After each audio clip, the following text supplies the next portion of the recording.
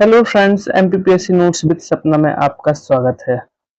कल की वीडियो में हमने अरब और तुर्क आक्रमण के बारे में पढ़ा, जिसमें महमूद गजनवी गौरी का आक्रमण प्रमुख था। मोहम्मद गौरी, जो कि एक तुर्क आक्रमणकारी था, ने भारत पर कन्नौज में चंदावर का युद्ध, तराइन का युद्ध इत्यादि लड़े और उसने अपने गुलाम कुतुबुद्दीन ऐबक को अपने विजित प्रदेशों की जिम्मेदारी सौंपकर कुतुबुद्दीन ऐबक को अपने विजित प्रदेशों की जिम्मेदारी सौंपी और कुतुबुद्दीन ऐबक ने इस प्रकार दिल्ली सल्तनत के अंतर्गत सर्वप्रथम गुलाम वंश की नींव रखी। इस प्रकार से हम देखते हैं भारत में दिल्ली सल्तनत का प्रारंभ गुलाम वंश से होता है, जो कि खिलजी, तुगलक, सैयद और लोदी वंश पर समाप्त होता है।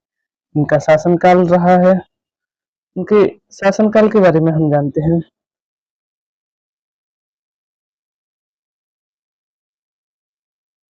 शासनकाल गुप्त काल 1206 से 1290 ईस्वी। सबसे पहले हम गुप्त काल के बारे में ही पढ़ते हैं। दिल्ली सल्तनत का शासनकाल 1206 से 1526 ईस्वी तक रहा। इसके पूर्व हम प्रीवियस ईयर में आए हुए क्वेश्चन जो कि दिल्ली सल्तनत से संबंधित है देखते हैं। मैंने 2014 से 2024 तक के जो भी प्रश्न आए हैं उनको एक नजर देखते हैं। सबसे पहले प्रश्न है, खिलाफत का अंत किस मंगोल शासन ने किया और कब किया? दीवानी इंसा बलबन के राजत्व सिद्धांत पर संक्षिप्त वर्णन कीजिए। ये 2014 का क्वेश्चन है। फिरोज शाह तुगलक के जन कल्याणकारी कार्यों का वर्णन 2018 में आया है 100 वर्ड में। रजिया सुल्तान ने अपने समय की राजनीति को किस प्रकार प्रभावित किया? दीवाने को ही क्या है विवेचना कीजिए, 2021 का क्वेश्चन। बलबन के तुर्क अमीरों के दमन की समस्या पर लिखिए। थट्टा 3 मार्क्स का क्वेश्चन है। शाह तुर्कान रजिया 2 बार क्वेश्चन पूछा गया रजिया पर 2018 में और उसके पूर्व भी खिज्र खां पर, शहाबुद्दीन उमर पर 3 मार्क्स में आए हुए हैं क्वेश्चन। और 2020 में 200 वर्ड्स में आया है, मोहम्मद तुगलक को विरोधी गुणों का सम्मिश्रण कहा जाता है, इस कथन की विवेचना कीजिए। इस प्रकार हम देखते हैं अभी तक के 10 सालों में दिल्ली सल्तनत से क्वेश्चन पूछे गए हैं। कुछ क्वेश्चन रिपीट हुए हैं। चलिए हम देखते हैं सबसे पहले गुलाम वंश के बारे में। गुलाम वंश 1206 से 1290 ईस्वी तक रहा। इसे मामलुक वंश भी कहते हैं या इलवरी वंश भी कहते हैं। इसके शासक कौन कौन थे देखते हैं। परीक्षा में भी इनके शासक जैसे पूछा जा सकता है। बैराम शाह किस वंश से संबंधित थे? हमें याद होना चाहिए, गुलाम वंश से संबंधित थे। इल्तुतमिश, इस प्रकार से हमें शासकों के नाम याद रखना होंगे। कौन सा शासक किस वर्ग से संबंधित था, शासनकाल याद करना उतना जरूरी नहीं है। सर्वप्रथम कुतुबुद्दीन ऐबक, जो कि इस वंश का वास्तविक संस्थापक, जो संस्थापक था। फिर आराम शाह, इल्तुतमिश, रुकनुद्दीन फिरोज शाह, बहराम शाह, अलाउद्दीन मसूद शाह, नसरुद्दीन महमूद, गयासुद्दीन बलबन, मोइनुद्दीन कैकोबाद और कैउमर्स, यह गुलाम वंश के शासक रहे। हम जानते हैं कुतुबुद्दीन ऐबक के बारे में, 2 मार्क्स में भी क्वेश्चन आता है, तो हम लिखेंगे जैसा कि हमने कल की वीडियो में पढ़ा, मोहम्मद गौरी ने इसे गजनी से खरीदा हुआ, मोहम्मद गौरी ने गजनी से खरीदा था, यह दास था। अमीर आखुर अस्तबलों का अधिकारी नियुक्त किया गया इसे। अन्य नाम इसके लाख बख्श और कुरान खां इसके अन्य नाम थे। मृत्यु 1210 ईस्वी में लाहौर में चौगान खेलते हुए। कुतुबुद्दीन ऐबक ने कुतुब मीनार का निर्माण कराया कुतुबुद्दीन बख्तियार काकी की स्मृति में। दिल्ली में कल हमने पढ़ा था जैन मंदिर के स्थान पर कुतुबुल इस्लाम मस्जिद का निर्माण कराया था।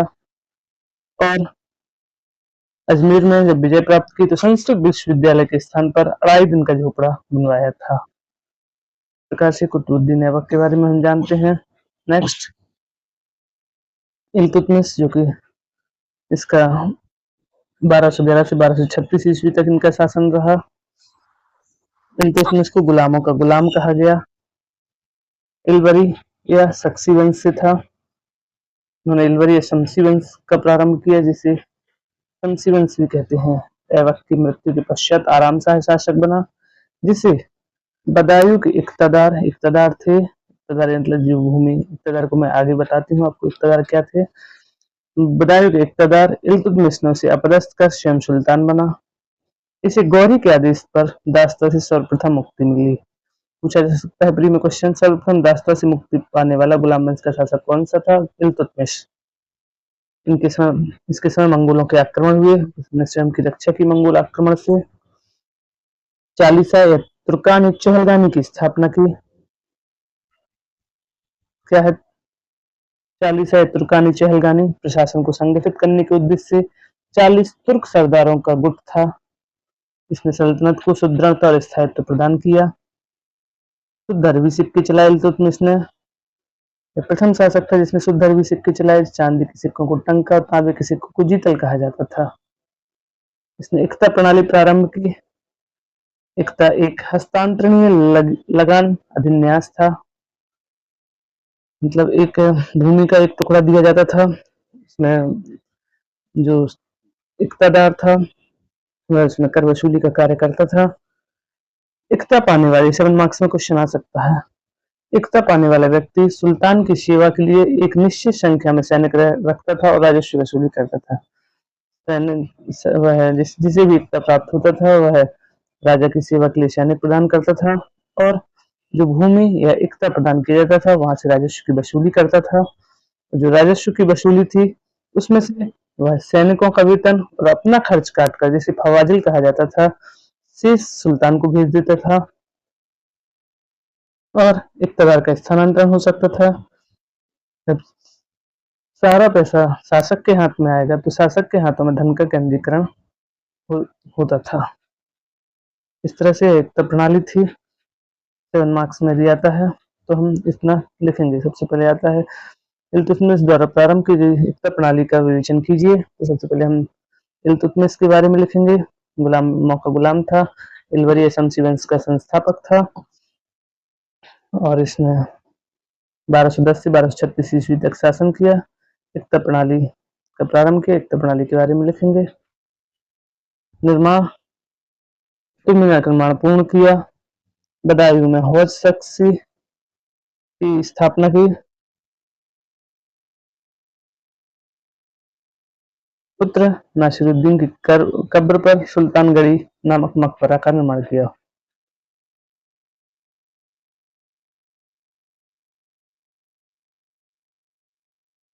सुल्तानगढ़ी का मकबरा महापुर। नेक्स्ट गुलाम वंश के अंतर्गत हम आते हैं रजिया।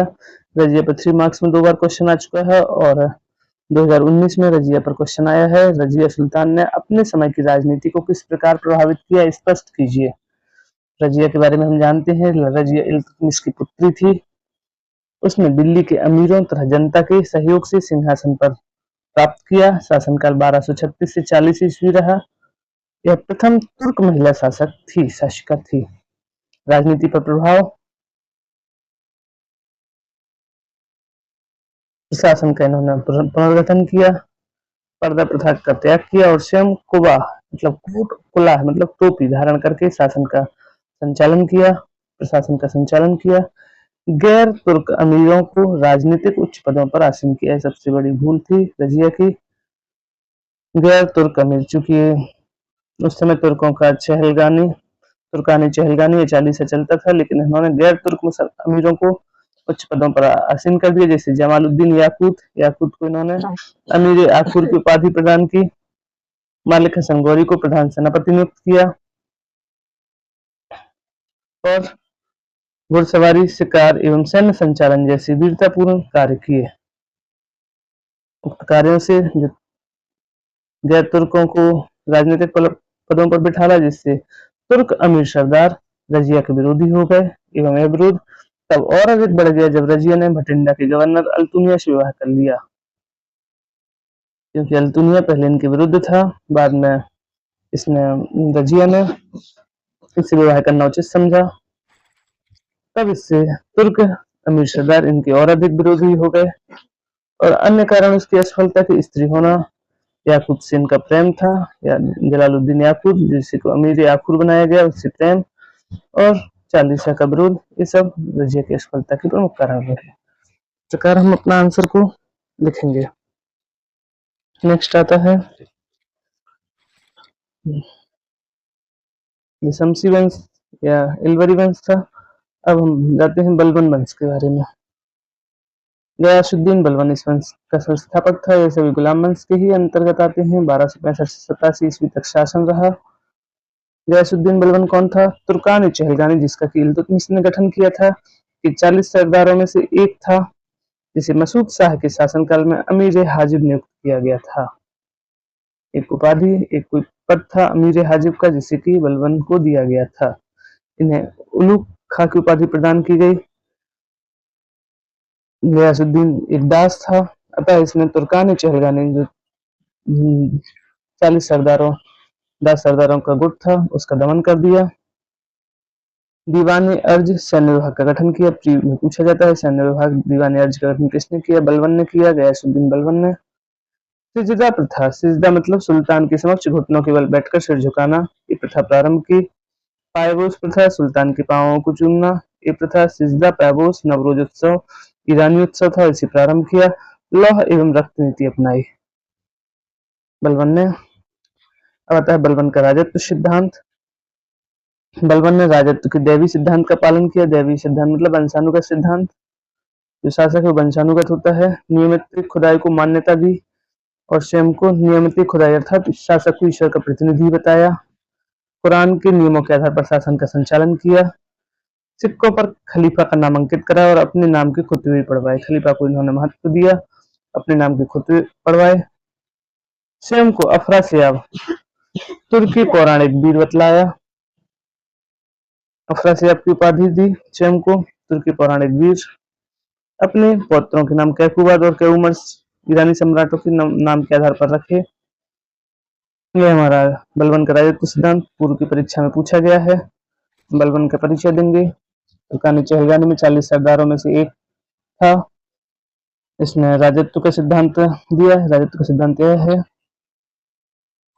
देखते हैं। बलबन वास्तव में राजत्व सिद्धांत को एक विरासत मानता था। उसका राजत्व सिद्धांत शक्ति, प्रतिष्ठा और न्याय पर आधारित था। क्वेश्चन आता है बलबन की लौह और रक्त नीति क्या थी? तो हम उसमें लौह रक्त नीति में लिखेंगे।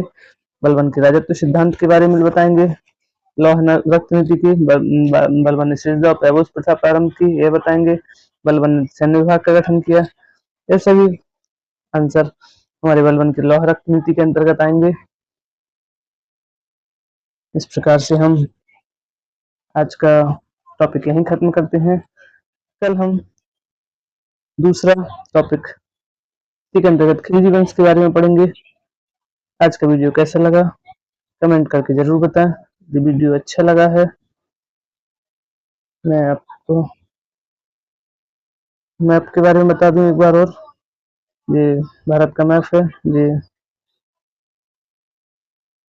इलवरी वंश गुलाम वंश था। ये सिंधु नदी है। ये दिल्ली थी, दिल्ली सल्तनत का प्रमुख केंद्र थी।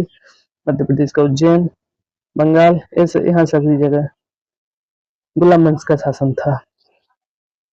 तो आज का वीडियो यदि आपको अच्छा लगा है तो प्लीज लाइक करें, चैनल को सब्सक्राइब करें।